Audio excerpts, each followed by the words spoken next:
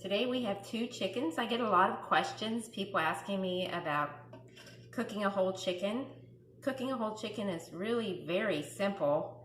Probably one of the easiest meals I make around here. And I make a lot of chickens because our 4th son is allergic to all meats except poultry. So I do a lot of chickens. Today I'm doing 2 chickens. They're a little bit on the smaller side. You just take the chickens and I place them upside down in my roasting pan here. These are just black roasting pans I've picked up, years ago. If I'm doing 1 chicken, I have a smaller one. Today I'm doing 2, so I'm using the larger one. And then I lay the chicken's breast down because it keeps the breast more moist. And I pour in, about a ½ inch to 1 inch of water in the bottom of the pan. You can season them if you'd like. You can rub the skin with any kind of seasoning and rub the inside of the body cavity.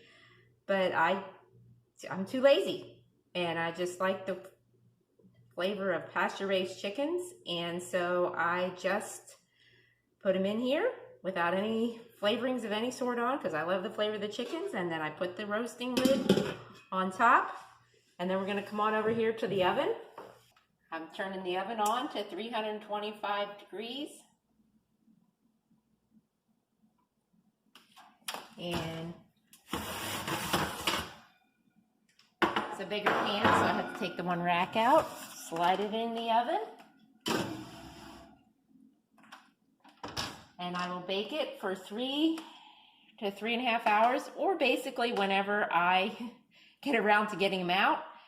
And that's what we'll have for supper. We'll come back and show you how we cut them up. The chickens are done. They've been in the oven for 3 hours and approximately 15 or 20 minutes. And as I said, this isn't an exact science. It's just kind of what I have time, how my time works out. So they're at 325 for about 3.5 hours, and you can see they're nicely browned. This is, of course, the backs of the chicken. I have the breast down in the juice. That keeps the breast much more moist. So I'm going to dump off the juices and cut up the chickens. So I have the broth drained off now. I saved the broth. I have put that in the kettle, and I'm going to save all the bones, connective tissue, skin, and put it with the broth and maybe a little bit of water and make bone broth. But I'll talk to you about that another day. But right now, you can see the chickens, and I'll just roll them over. Doesn't look the best, but the meat's super tender. And then I'll just cut them up. You can see it's falling apart, so it's all done.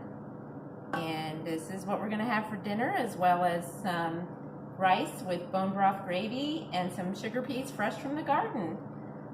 Thank you for watching.